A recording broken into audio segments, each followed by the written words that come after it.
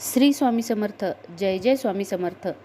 रविवारी संकष्ट चतुर्थी आहे. संकष्ट चतुर्थीच्या दिवशी प्रत्येक आईने आपल्या मुलाच्या प्रगतीसाठी कोणते उपाय करायचे. मूल अभ्यास करत नाही, त्याचा अभ्यासामध्ये मन लागत नाही, तर आईने कोणते उपाय करायचे ते मी तुम्हाला आजच्या व्हिडिओमध्ये सांगणार आहे.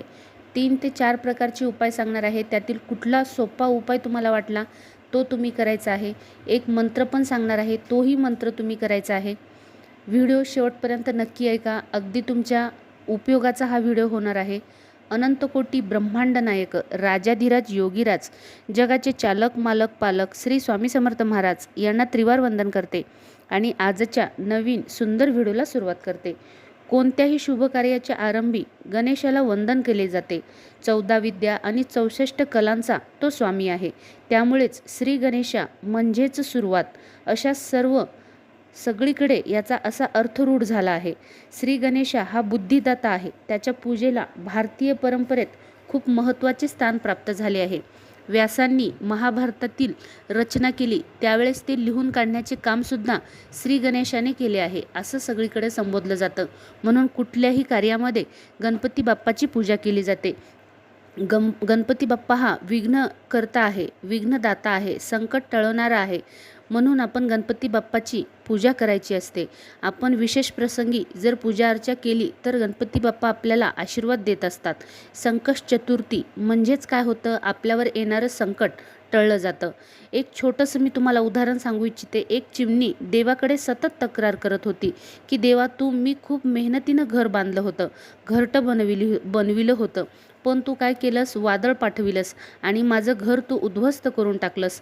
तेव्हा त्या चिमणीला देव म्हणाला, तू घरट्यामध्ये होतीस आणि तुझ्या घरट्याकडे साप येत होता, म्हणून मी तुझ्यासाठी वादळ पाठवलं.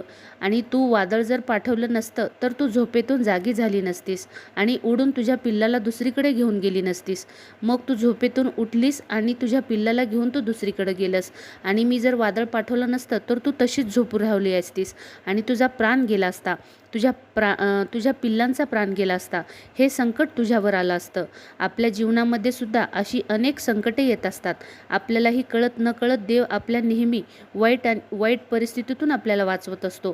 फक्त आपल्याला असं वाटत असतं की देव आपल्यावर संकटच आणत आहे, आपल्यावर बिलकुलही देव कृपा करत नाही असं आपल्याला वाटत असतं. पण देव तसं करत नाही. आपल्यावर नेहमी देव चांगलंच करत असतो. तर पहा, या संकष्ट चतुर्थीच्या दिवशी आपण आपल्या मुलाच्या प्रगतीसाठी, लहान मोठा कोणताही मुलगा असो, त्याच्या प्रगतीसाठी आपल्या आईने हे उपाय करायचे आहेत. सर्वप्रथम सकाळी उठल्यापासून, संकष्ट चतुर्थी रविवारी आहे, सकाळी उठल्यापासून आपण हा मंत्र म्हणायचा आहे. हा मंत्र तुम्ही सकाळी उठल्यापासून म्हणा किंवा दिवसभरामध्ये तुमची पूजा अर्चा झाल्यानंतर तुम्ही हा मंत्र 1 माळ तरी जरी करा. आणि जर शक्य होत नसेल तर तुम्ही 11 माळी 11 वेळा जरी केलात तरी सुद्धा चालू शकतो. ओम गणगणपते नमः हा तर मंत्र सर्वांना माहितीच आहे. तुम्हाला शक्य होत असेल तर 1 माळ करा किंवा 11 माळ करा. मुलाने जरी हा उपाय केला तरी सुद्धा चालू शकतं. त्यानंतर दुसरा मंत्र आहे ओम एकदंताय विघ्नेय वक्रतुंडाय धीमहि तन्नो दंती प्रचोदयात. हा थोडासा मोठा मंत्र आहे, पण तरीही तुम्ही हा 1 माळ किंवा 11 माळ मंत्र करू शकता. त्यानंतर आपल्याला काय करायचं आहे, सकाळी आपण उठल्यानंतर देवाची पूजा अर्चा झाल्यानंतर गणपती बाप्पाची पूजा करायची आहे. गणपती बाप्पाची पूजा करण्याच्या अगोदर गणपतीला पंचामृताने स्नान घालायचं आहे. पंचामृत म्हणजे दही, दूध, साखर, तूप, मध हे सर्व घेतल्यानंतर पंचामृत तयार होतं. या पंचामृताने गणपती बाप्पाचा अभिषेक करायचा आहे. अभिषेक करत असताना आपल्याला गणपती अथर्वशीष म्हणायचं आहे. गणपती अथर्वशीष म्हणत म्हणत अभिषेक करायचा आहे. आणि पंचामृत घेण्याचा जर तुम्हाला कंटाळा येत असेल तर तुम्ही साध्या पाण्यानं सुद्धा गणपती बाप्पाचा अभिषेक करू शकता. तुमच्या इच्छेप्रमाणे तुम्ही कुठलाही करू शकता. अभिषेक झाल्यानंतर गणपती बाप्पाची पूजा करायची आहे. तुमचा मुलगा जर तुमचं ऐकत असेल तर त्याच्यासुद्धा हाताने तुम्ही गणपती बाप्पाचा अभिषेक केला तरी सुद्धा चालू शकतं. त्याच्या आईने जरी हा उपाय केला तरी सुद्धा चालू शकतो. गणपती बाप्पाची पूजा अर्चा झाल्यानंतर आपल्याला 108 मोजून हिरवे मूग घ्यायचे आहेत. हिरवे मूग म्हणत आहे मी, डाळ नाही मुगाची, अख्खे हिरवे मूग घ्यायचे आहेत. हे हिरवे मूग तुम्ही 108 मोजून घ्यायचे आहेत आणि काळ्या रंगाचा कपडा सोडून दुसरा कुठल्याही रंगाचा कपडा घ्यायचा आहे आणि त्याच्यामध्ये ते हिरवे 108 मूग बांधून घ्यायचे आहेत. त्याची छोटीशी पोटली करायची आहे. तुमची पूजा आरती सर्व काही जप मंत्र सगळं झाल्यानंतर गणपती बाप्पाच्या चरणी ती पोटली ठेवायची आहे. दिवसभर तुम्ही ती पोटली ठेवायची आहे आणि ठेवल्यानंतर दुसऱ्या दिवशी हा उपाय तुम्ही म्हणजे दुसऱ्या दिवशी संकष्ट चतुर्थी झाल्यानंतर दुसऱ्या दिवशी पण तुम्ही ही पोटली काय करायची आहे, कुठल्याही गणपतीच्या मंदिरामध्ये जाऊन गणपती बाप्पाच्या चरणी अर्पण करायचं आहे आणि गणपती बाप्पाला विनंती करायची आहे की मुलाच्या प्रगती चांगली होऊ दे, मुलाच्या अभ्यासामध्ये मन लागू दे, ह्यासाठी तुम्ही गणपती बाप्पाला प्रार्थना करायची आहे. जर तुमच्या शेजारी वगैरे गणपती बाप्पाचं मंदिर नसेल तर तुम्ही महादेवाच्या मंदिरामध्ये जाऊन ही पोटली अर्पण केली तरी पण चालू शकतं. हा उपाय मुलाच्या प्रगतीसाठी करायचा आहे, चिडचिडेपणा कमी होण्यासाठी करायचा आहे. मुलगा लहान असेल मोठा असेल कोणताही असेल, मुली मुलासाठी दोघांसाठी सुद्धा तुम्ही हा छोटासा उपाय करू शकता. त्यानंतर गणपती बाप्पाला लाल फूल अर्पण करायचं आहे. लाल फूल तुम्ही जास्वंदाचं अर्पण करू शकता.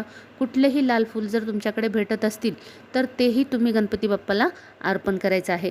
त्यानंतर अजून एक दुसरा उपाय आहे. मंत्र तर मी तुम्हाला सांगितलेच आहेत, ओम गणगणपते नमः आणि त्यानंतर ओम एकदंताय विघ्नेय वक्रतुंडाय धीमहि तन्नो दंती प्रचोदयात.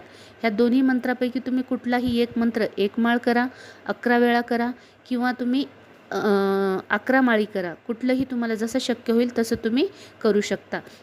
गणपती बाप्पा हा विघ्नहर्ता आहे म्हणून बुद्धी देवता आहे, मुलांना बुद्धी देणारा आहे, म्हणून तुम्ही हे उपाय करायचे आहेत. त्यानंतर सर्वात शेवटचा उपाय म्हणजे नवनाथ भक्तिसार. हे ग्रंथ सर्वांना माहिती आहे. या ग्रंथातील 5वा अध्याय तुम्ही वाचन करायचा आहे. ही सेवा तुम्ही एक सलग 40 दिवस करू शकता. म्हणजे गणपती बाप्पाला विनंती तर करायचीच आहे, तुम्ही 40 दिवस नवनाथ ग्रंथामधला 5वा अध्याय वाचायचा आहे. त्याच्या आईने वाचलं तरी पण चालतं, मुलानं वाचलं तरी पण चालतं. हे मी तुम्हाला जे काही उपाय सांगितलेले आहेत ते तुम्ही लगातार 40 दिवस करायचे आहेत. जर तुम्हाला 40 दिवस शक्य होत नसेल तर तुम्ही प्रत्येक मंगळवारी प्रत्येक महिन्यातल्या संकष्ट चतुर्थीला हे उपाय तुम्ही करायचे आहेत. मंत्र 1 माळ, त्यानंतर गणपती अथर्वशीष, हिरवे मुगाचा उपाय, त्यानंतर नवनाथ भक्तिसारचा अध्याय, हे तुम्ही 5 मंगळवार करा, 5 संकष्ट चतुर्थी करा. तुमच्या इच्छेप्रमाणे तुम्ही करू शकता. जेव्हा तुम्ही संकल्प करताल तेव्हा संकल्प करत असताना मुलाच्या प्रगतीसाठी करत आहात असा संकल्प करायचा आहे. 40 दिवस करणार असाल तर 40 दिवस म्हणायचं आहे आणि जर 5 मंगळवार 5 संकष्ट चतुर्थी करणार असाल तर तसं तुम्ही म्हणायचं आहे. तुमच्या इच्छेप्रमाणे तुम्ही करू शकता. हे 4-5ही उपाय खूप फायदेशीर आणि खूप प्रभावी उपाय आहेत. तुम्ही सर्वांनी हे उपाय आवर्जून करा. नक्कीच तुम्हाला गणपती बाप्पा यासाठी मदत करतील. आणि आजचा जर व्हिडिओ तुम्हाला आवडला असेल तर नक्कीच लाईक शेअर सबस्क्राईब करायला विसरू नका. श्री स्वामी समर्थ. जय जय स्वामी समर्थ.